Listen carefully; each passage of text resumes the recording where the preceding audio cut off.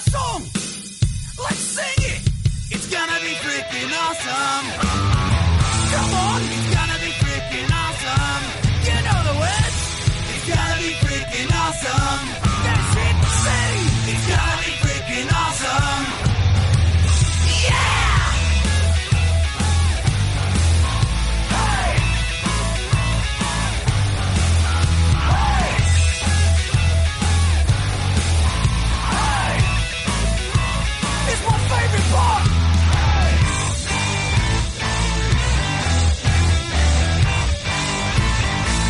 Isn't it heavy?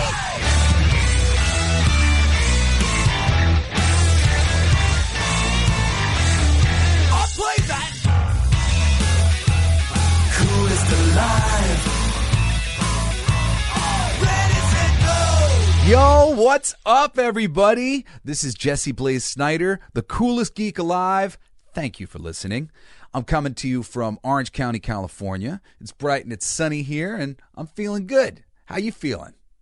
Well, if you're out there and you could be feeling any better right now, I'm sending you all my love, because us geeks have to stick together. Care Bear Stare! You feel that? Anyway, today is a very special day for me because it's our first episode, and I wrote a speech. Yeah, I know. Maybe that's a little lame, but I just felt like I had so much to say, and I wanted to make sure I got it all out of me. So future episodes, I'll largely just be working off of some general bullet points and notes, but for today's cast, as a special thing, I decided to write a speech. A State of the Nerd Union address, if you will. Or, you can look at it as a script. Whatever, it doesn't matter. Anyway, there's a couple parts of this speech. I'm going to deliver it as naturally as possible, and I'll be interrupting myself whenever I want to add or clarify anything. But the first part is called The Art of Adaptation. And without further ado, let's do it. Today we are here to discuss the art of adaptation and the keys to doing it correctly. That's right, I said correctly. There is a definitive right way to adapt something from one entertainment media to another, and any other way is quite simply wrong. As a professional comic book writer and the self-proclaimed coolest geek alive, I know what I'm talking about. So, what is this correct way to adapt a pre-existing piece of nerd mythology? Love and understanding. Love and understanding is the only right way. Specifically, love of and understanding of the original source material. That's the only way to do it. Well, actually, that's a lie. There are many other ways to do it. But with love and understanding of the original source material, that's the only way to do it right. And if you can't do it with love, there is a second best way that it can sometimes be done, with respect. Meaning if you personally can't figure out why we all love The Lord of the Rings, but you do set out to take fans at their word, trying to understand the thing the way the educated fan already does, and attempt to bring to life the parts of it that seem to be most driving the love that the fandom is experiencing, well, if you do this, you may be able to squeak by with a win on respect alone. But truly, the one right answer is love. Always and only love. Because it's not really all that hard to educate oneself. Now, when I say educated fan, I mean those fans who have read or watched the original source material. Not superficial fans who may like the way Spider-Man looks or own a Punisher t-shirt, but isn't willing to put in the time to seek out the original beloved source material and familiarize themselves with it. Educated fans are the ones who went back to the beginning of it all and have educated themselves as to play catch-up with the fans who have been there from the beginning. It is these educated fans and the ones there from the start, and them alone, who should be assigned to adapt the whole of geek culture into other media. No one else. Period. If you want to add to the geek culture legacy of a prominent fictional mythology, you need to learn how to love it yourself. And not the easy way, i.e., watching the adaptations that already have been brought into existence. Case in point, watching Batman the Animated Series though amazing and classic, is not enough studying if you want to adapt Batman. It's not even close. There are so many classic chapters in the Batman mythos. But if you want to truly know why they are as great as they are, then you will have an awful lot of reading to do. And honestly, I'd recommend that reading to anyone. It's some of the best reading of my life, personally. No one would regret reading the greatest Batman stories of all time. I promise you. There's a reason they have stood the test of time. There's a reason why people like us obsess over them. They are truly memorable. Which is why, if you're hired to work on something Batman-related, as a fan, we remember what happened in these books. And we're going to know how much you have studied by the quality of the work you've made. So don't bitch at us when it's clear you didn't do your Batman homework. Now, there are so many in Hollywood who are so quick to demonize entire fandoms because they've simply been called out on their bullshit lack of understanding the property they're working on. And you know the real reason why they do this? Because they're otherwise defenseless. We're right. They're wrong. They don't know what they're talking about, and we do. They think that this isn't fair. They're supposed to be the ones who know about how to make our entertainment. But not in this case. We know better. Not in the face of the fandom. So they come up with a quick excuse to distract mainstream non-fans who don't know any better from ever finding out that the real problem fans have with them is that they don't actually love and understand the thing we are all truly fans of.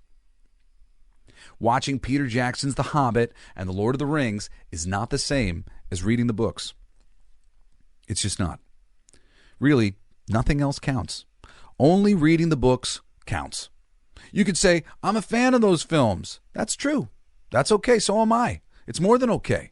You're welcome in that role as a fan of the films. But you should not be put in charge of anything relating to these properties because you watched a handful of movies. And I put myself in this pool. I read and I loved the Hobbit book, but I never made it all the way through The Lord of the Rings.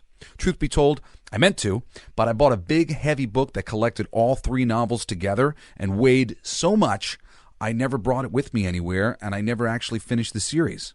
Now, unless I'm willing to go back and do so, no one should hire me to adapt the novels to any media. Period. I'm not currently qualified. Of course, I am someone who would gleefully dive into the series and catch myself up as to be made ready to write some Lord of the Rings opus.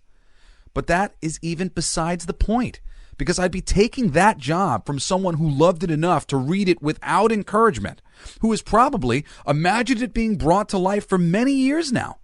That fan, he should have that job. Similarly, I love the Harry Potter films, some more than others, but I've never actually read any of the books. I would not take a job writing or creating Harry Potter comic books or anything else until I fixed that deficiency. I believe that fans deserve creators who are willing to come down to their level and geek out by their sides. And the only way that I know how to do this is by learning what the fans have learned the same way that we learned it, reading the goddamn books. Now, to be clear, when I say only reading the books count, by that I mean whatever the original source material may be. For Star Wars, it's going to be the original 3 films, but of course, there's a lot more that true fans of Star Wars would point to from other media that is important as well, like novels and comic books that are classic and beloved. For Star Trek, it's the original series, films, and ultimately everything that was produced by one of my personal idols, Gene Roddenberry, while he was alive. For games, it's playing the games. You didn't play the game? What the hell do you know about it then? You're really going to create a film or TV series from secondhand accounts of what the game is like? How difficult is it to go out and play a damn video game? Ugh. If you have been hired to adapt anything based on anything that has an established fan following, you either familiarize yourself with the original source material or you're doing it wrong. Period. And for those of you hearing this going, Jesse, of course they're reading the books and playing the games. This is absurd. I'm here to tell you, you're right. It is absurd. And no, they ain't. Now, Despite my frustrated tone here, I am thrilled to be recording this today. I'm kicking off what I hope will be an ongoing conversation for years to come, where I pledge to elegantly defend the fans of original source material until I'm blue in the face, and to intellectually destroy anyone who would write those true fans off. True fans. I said it. I'm gatekeeping. I'm a gatekeeper. You don't hire a teacher who can't read. So yes, if you have not read, played, or seen the source material, you must stay on the other side of the God-forsaken gate. I'm sorry. I don't understand how we've let any of these fake fan, ignorant idiots convince us that we are the ones being jerks by attempting to safeguard the things we love from people who clearly have no love for the original source, no understanding of why we do love them, and no respect for those of us who truly care about them. If you have no respect for the lore, then I have no respect for you. Or your meaningless opinions, because that's what they are. Meaningless. I mean, really, what is the opinion of a person completely ignorant to a situation worth? Do you also want the opinion of a film from the mouth of someone who has only seen a trailer for it? You want to ask a fish about the sky and a bird about the ocean depths? Of course not. And yet Hollywood and social media culture have been trying to take approval power from those who created the fandom in the first place and give it to superficial cultural influencers who are showing up late to the party, not having done any of the required reading.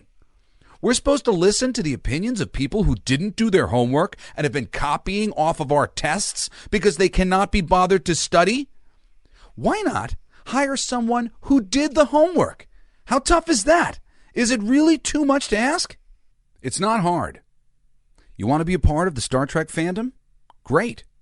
Go watch Star Trek. Not today's Star Trek. Watch the show that started it all. And if you can't be bothered to do that, at least watch its spiritual successor, Star Trek: The Next Generation. These shows are the reason there is a fandom in the first place. These are the shows you must be familiar with to join in with the fans. If you don't want to join in with the fans, then don't. But do not shout down true fans on the internet with your undereducated remarks. And certainly, if you're an entertainment professional, do not take these geek culture jobs when they come around simply because they're high profile. There are creators out there who are infinitely more qualified. And not only do they deserve the jobs more than you, the fandom deserves for them to have the jobs more than we deserve for you to have them. Somebody who doesn't fucking know what they're talking about. Now, you are welcome to enjoy the latest Bad Robot produced Star Trek program. And that's great if you do. But the moment you are attempting to participate in the creation of new Star Trek as a professional, you must go back to the sacred lore and study it, or you are doomed to failure. Because if you do not know why the fandom created itself in the first place, by enjoying it the same way they did, you will never be able to fully intellectually satisfy those fans and will always leave them wanting. Even, and I mean this truly, even if you are the most talented creator on the planet, it doesn't matter because you haven't been a part of the conversation that the fans have been having for years. So what you have to say is of no relevance. Study. Study the source material, or diminish the potency of your brand and fast-track the company you work for into going broke. You decide. I honestly wish I didn't care, but I do, and someone has to. Let's face it, the only reason we're living today in the nerd renaissance that we live in is because fans like you and I lifted up greatness in the past. Because fans like you and I championed writers, because we championed artists, because we championed great books, great TV, and great films. There is no Lord of the Rings without the fandom that surrounds it. There is no Star Trek. There's no Star Wars. There's no Harry Potter. There's no GOT. There's no D&D. There's no MCU. Without the fans, there's nothing. Nothing.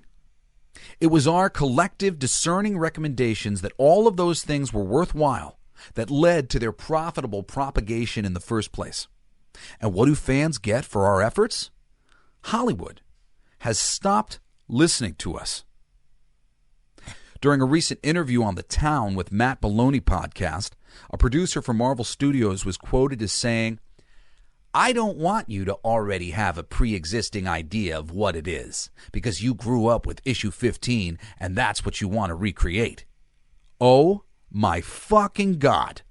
He's talking about purposefully not hiring people with an awareness and existing love for their source material.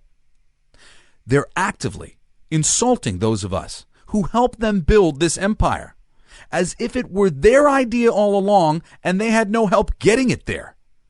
Forgive me, but who the fuck does this asshat at Marvel think he is? Is this legit what Kevin Feige thinks? That they need people who are, and I quote again, hard on the material, who go, "What is this? I think there's a movie here, but maybe we should be looking at it in this way." Seriously? Are you really entering into the creative process of bringing to life beloved nerd culture mythology with a notion that it needs to be what? Improved upon? By you? Ha! You're fired. Or at least, you should be fired. Every last one of these Hollywood producers who think this way should lose their jobs tomorrow. Trust me, when their stockholders begin to get wise to what's truly going on that is fucking up the money printing machine that these franchises done right truly are, heads will roll. These people's days are numbered. I'm here talking about it in order to make sure of it and speed up the process. Seriously, we need to get them all out of their positions right now. I mean, are you kidding me? They know better than Stan and Jack? Are you saying that the man and the king didn't really know what they were doing? It was accidental magic? Or like a fluke that people liked their creations, and for so long, they just got lucky? What? You think that your writing staff know how to write better than the combined might of Frank Miller, Chris Claremont, Mark Waid, Warren Ellis, Ed Brubaker, Garth Ennis, Peter David, Joe Kelly, Jonathan Hickman, Jason Aaron, Mark Millar, Walt Simonson, Greg Rucka, to name but a few key writers for Marvel Comics over 70 plus years of publishing? You see, you're not dissing a single creator. You're disregarding 1,000. 1,000 brilliant people who have slowly added to and built upon a creative legacy that you control, and you're throwing it out the window because you want to be the smartest person in the room. How about, instead of leveling the playing field for yourself, you do your due diligence and actually become the smartest person in the room? The person who knows and loves the properties they're working on and dedicates their efforts to creating things they know the fans will love because you yourself are a fan. Nah, can't do that. Too cool to be a fan. I get it. No, actually, I'm lying. I don't get it. There's nothing wrong with being a fan. Period. They can't even keep the artistic designs the same. I didn't hate the Eternals for what they did to Jack Kirby's story, as much as I hated it for what they did to Jack Kirby's designs. That film should have been bombastic with colors and interesting monsters, but instead, it's just kind of gray and boring. How can this be? How can a film based on a property created by Jack the King Kirby look like that movie does? I'll tell you how.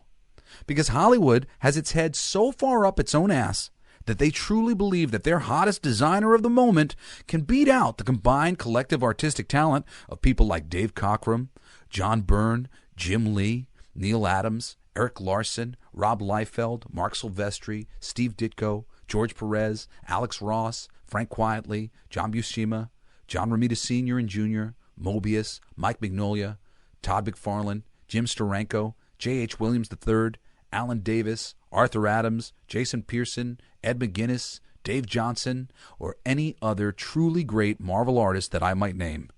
And there are many, many, many more. The incredible thing about comic books in particular is that month in and month out, they're a testing ground for ideas and designs. The things that work stick around. The things that don't fall by the wayside, which is why Batman is the myth that it has become, because of the collective creativity and a revisionist history that, when done right, honors the past and distills it into its purest form. This isn't a process where we create, erase, and start again. This is a process of small, subtle change, logically based on what has come before, with ears open to the demands of your audience, or at least eyes open to the sales charts. We wouldn't still be reading Batman if it was just Bob Kane doing the creating. It's Bob and Bill Finger who created so many of the supporting characters, locations, and gadgets that we've come to love. It's Neil Adams, Dennis O'Neil, Frank Miller, and a host of others who have been framing and adjusting the Batman lore in small ways throughout the decades until we have arrived at the truly great mythology we have today. We must approach these mythologies with the same care that went into perfecting them in the first place, or we risk breaking them for the next generation. A place I fear we have currently arrived. Hollywood seems to think that their personal taste and predilections beat out the collective tastes of the fandom that made all of this possible. They do. Not only is it relatively clear to anyone truly paying attention, but as a professional TV host and voiceover actor, I can tell you from the inside, they think we're all a bunch of nerds who care too much about little things that they can't be bothered with. The fans? Yeah, what do they know? What do we know? We know why we like things. We know why some things are great and why other things suck. They think entertainment is a game of Russian roulette. Who knows what people will like tomorrow, they say. Because if no one knows, then who can you blame when things fall apart, right? I'm here to tell you, if you make a film or series failing to recreate the reasons fans have come to a fandom in the first place, you have no hope in maintaining their attention, and you are the one who is to blame. All right. Take a brief break from this diatribe for some introductions. So, this being the first episode of our show, I thought it might be a good time to explain a little bit about who I am. Why is it my place to take apart Hollywood's approach to blockbuster filmmaking? Well, first and foremost, I'm a fan. I've been seriously reading comic books and fiction since I was a teenager. I have worked on and off at comic book and toy stores my entire life, and have used my employee discount to facilitate a habit that had me reading upwards of 140 monthly comic books for years, from Marvel to DC to Image and every indie in between. When I decided that one of my chosen pursuits in this life was going to be as a writer of comic books, I began a process of studying the medium that saw me reading an extra half a dozen classic graphic novels each month, tracking down every major run I could get my hands on, reading everything, like it or not, because I wanted to know what the older fans already knew. Case in point, DC's Crisis on Infinite Earths. I hated it. Still read every word of it, because it was very important to the mythology of DC. Barry Allen sacrifices himself, the original Supergirl dies, and the whole multiverse gets folded into one universe. It's not the greatest read entertainment-wise, but it was important for the time it was released for many reasons, and I wanted to share in the experience with my fellow geeks. Because I decided, if I was going to be a truly great comic book writer, I needed to understand these characters as good, if not better, than anyone else did. I needed to write from a wealth of knowledge that few other people possessed. I worked for years at this, until I felt like I had largely read everything I had ever heard anything good said about. And to this day, I take recommendations from other fans very seriously whenever I receive them, because as far as I'm concerned, that's what it means to be a fan. And actually, I might add, you can drop me a recommendation for anything awesome on Twitter at coolestgeekjbs. So now I want to talk a little bit about my fandoms, the things that I personally think are particularly awesome. Well, my first fan love was The Muppet Show. My first creative hero, Jim Henson, creator of The Muppets. I'm blessed to have written one of the Muppet fairy tale books that were published by Boom Kids a while back. The story of my script approval process for that one, I'll save for another time, but it's just one of so many examples I can give why fans can't have nice things. My next major fandom is toys. Spurned on by my love of He-Man and the Masters of the Universe, the Teenage Mutant Ninja Turtles, and any toy from the 80s sculpted by James Groman, like My Pet Monster and Mad Balls. I love toys. I was a movie buff, too, long before I worked at Blockbuster Video. But back then, I was mostly obsessed with comedies. I love great comedy. Monty Python, the Marx Brothers, anything directed by Mel Brooks. Anything that can make me laugh, I love. But Once I started actually working at a movie rental store and someone handed me a list of the supposed greatest films of all time, of course, I had to start renting them all to see if that were true. I love so many of those films that I kept going, working my way down every major IMDb list I could find for years. And to this day, I see at least one movie at a movie theater every week, so I'm a bit of a movie buff or aficionado or whatever. My favorite movie is also my favorite book, The Princess Bride by William Goldman, another one of my heroes. Look him up. He's written loads of books and books on writing. He famously won 2 Oscars, one for an original screenplay and the other for his adaptation of All the President's Men with Dustin Hoffman and Robert Redford, a truly great film worth checking out. Anyway, when I had almost exhausted all the classic films and comic books I could get my hands on, I finally got into serialized television. One of my first TV loves? You guessed it, Star Trek. I'd actually grown up falling asleep to The Honeymooners and the original Star Trek, so I fell hard for The Next Generation, Deep Space Nine, Voyager, and even Enterprise. They are still some of my favorite shows of all time. But I don't stop at science fiction. I'm a huge lover of The Wire, Deadwood, Twin Peaks, The Shield, It's Always Sunny, The League, or more recently Cobra Kai, Stranger Things, and Better Call Saul. Did I mention I love animation too? That one has been ongoing for a while, like since I was a little kid. My mom had me turned on to all things Disney, and I'm a true fan of Disney animation, Walt Disney, and Imagineering. But I've expanded far beyond just Disney films. That's right. I like Pixar too. No, seriously. I love animation. Iron Giant, Fantastic Mr. Fox, Mask of the Phantasm, Coraline, Paranorman, The Lego Movie, Into the Spider-Verse, The Secret of Nim, or more recently, Storks! Oh my God, if you haven't watched Storks, it's on Netflix. Go watch it right now. Plus, animated shows. Batman and Superman, the animated series, Justice League Unlimited, South Park, Rick and Morty, Real Ghostbusters, Star Wars The Clone Wars, Looney Tunes, Animaniacs, X-Men, Avatar The Last Airbender, Futurama, One Punch Man, The Tick, Gargoyles, and the entire Disney afternoon, plus, more recently, Invincible, Chainsaw Man, and Arcane. Of course, if I didn't mention your favorite thing, that doesn't necessarily mean that I've not enjoyed it myself. I just couldn't list everything, and I'm sure a ton of my favorite things are currently slipping my mind. But suffice to say, I am a huge geek. I'm not even going to mention all of my favorite bands and musicians because there's a lot, and music doesn't necessarily fall under the geek umbrella of our show. Anyway, I guess what I'm trying to say is I'm like you. I love great entertainment, and I'm not afraid to let everyone know about it. I'm not afraid to read comic books in public or to beat everyone at Disney trivia at a bar.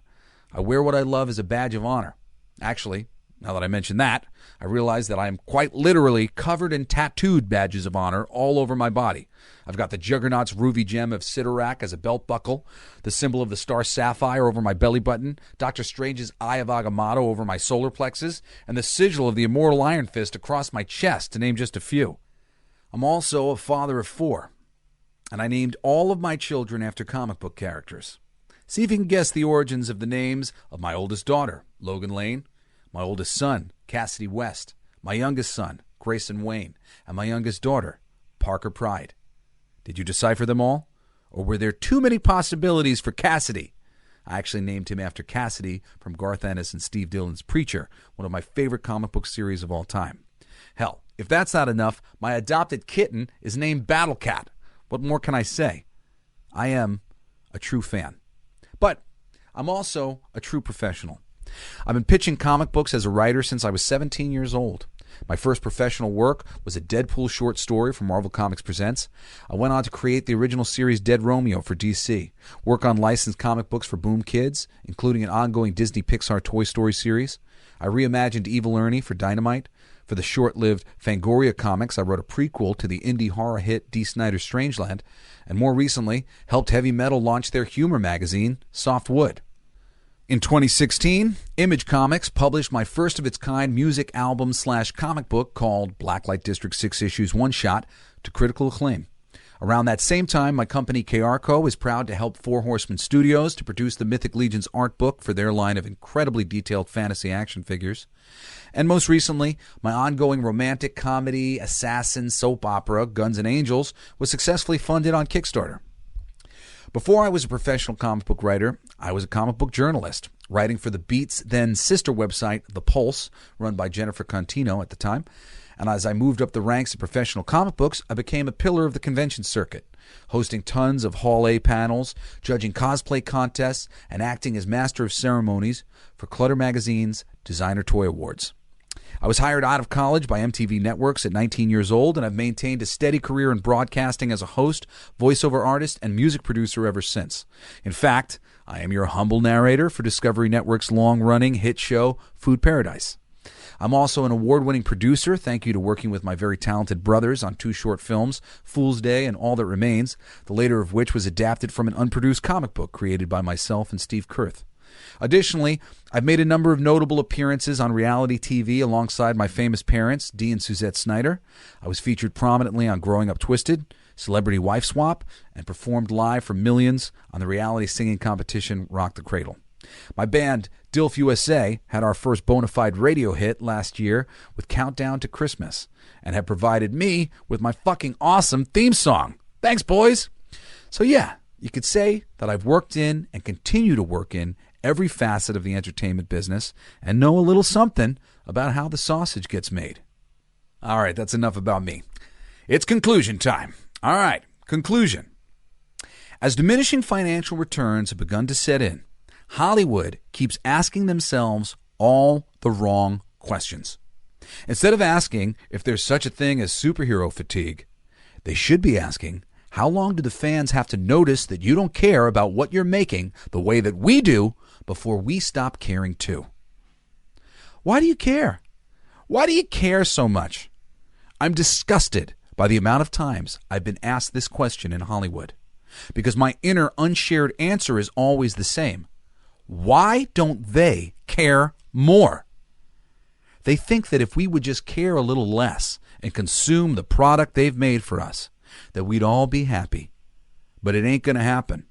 Something's got to give, and it's not going to be us. So Hollywood can either learn to care the way we all already do, and they can cry about it all the way to the bank and make themselves billions and billions of dollars, or they can piss us off and piss it all away. You'd think with that level of stakes, that kind of dough on the line, that eventually they'd get their shit together and make everyone some money. But not so far. Many of us have turned to anime, back issues, foreign films, and indies to try and reclaim some level of the joy we were previously getting from the pinnacles of geek fandoms. But is it really too much to ask that the things we love simply be treated with the respect they deserve? Tolkien trashed, Lucas betrayed, Roddenberry dead and buried. If we do not guard these mythologies for our children and their children, one day we may wake up to find we've become exactly like the people who destroyed them in the first place. We may find that we don't care anymore. And what an awful world that would be to live in. I don't want to live in that world. I love caring about all this stuff. I love being a fan. So I'm not going to give up. I'm going to rage against the dying of the light until the bitter end. Why do we care so much? Because someone needs to. Okay, that's it. That's my show. I love you. Thank you for listening to this. I appreciate you. If you're checking out this show, it's because you're probably a fan just like me, and I really appreciate you taking the time to listen to what I have to say. I'm going to keep showing up here and keep talking about this stuff with meaning and passion and soul week after week, tearing apart this nonsensical reality that they've created where people who know nothing about fandom are constantly talking about fandom. I don't get it. I don't understand how we've let this charade go on as long as we have. But the coolest geek alive is going to stand in defiance of it until we can tear it down and replace it with what we deserve, with what all of the brilliant creators of all of these wonderful mythologies deserve. We deserve better. Anyway, every episode I want to leave you with a recommendation, something awesome that you should check out and geek out over. And today I'm simply going to double down on William Goldman's The Princess Bride. It's my favorite film and my favorite book. If you have seen the movie, I promise you, the book has so much more to offer you. If you've never seen the movie, don't watch it. Go read the book. And then, once you've read the book, go watch it. You will not regret it. It is something that has provided me with endless joy and laughter for my entire life. I grew up watching it, but it holds up. It stands the test of time. It's funny. It's heartfelt. It's action-packed. It's fanciful. Fanciful. You know the word that I'm trying to get at. It's just wonderful. It's a wonderful addition to anybody's life. I can't recommend The Princess Bride enough. Next week, we're going to be talking about Phase 1 of the recently rebooted James Gunn-led DC Cinematic Universe, and I'm really excited to get into that conversation with you. I hope you'll join me.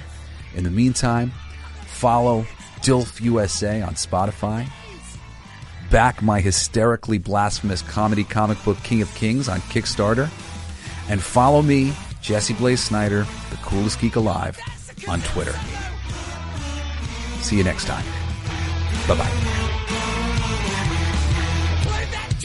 It's gonna be freaking awesome. Talking some shit. It's gonna be freaking awesome. Living your shit. It's gonna be freaking awesome. Food in our mouth. It's gonna be freaking awesome. Get in the mouth. It's gonna be freaking awesome. Tell all your friends. It's gonna be freaking awesome. Call out our text. It's gonna be freaking awesome. Raising the bar. It's gonna be freaking awesome. Straight to the stars. It's gonna be freaking awesome. It's done soon. It's gonna be freaking awesome. Passing the moon. It's gonna be freaking awesome. On with the show. It's gonna be freaking awesome. Ready, set, go. It's going to be freaking awesome. Freaking awesome. It's going to be freaking awesome. Just wait. You'll see. You'll all see. You've been listening to Coolest Geek Alive with me, your host, Jesse Blaze Snider. Don't forget to rate, comment, and subscribe for more excellent geek culture content. Thanks for listening.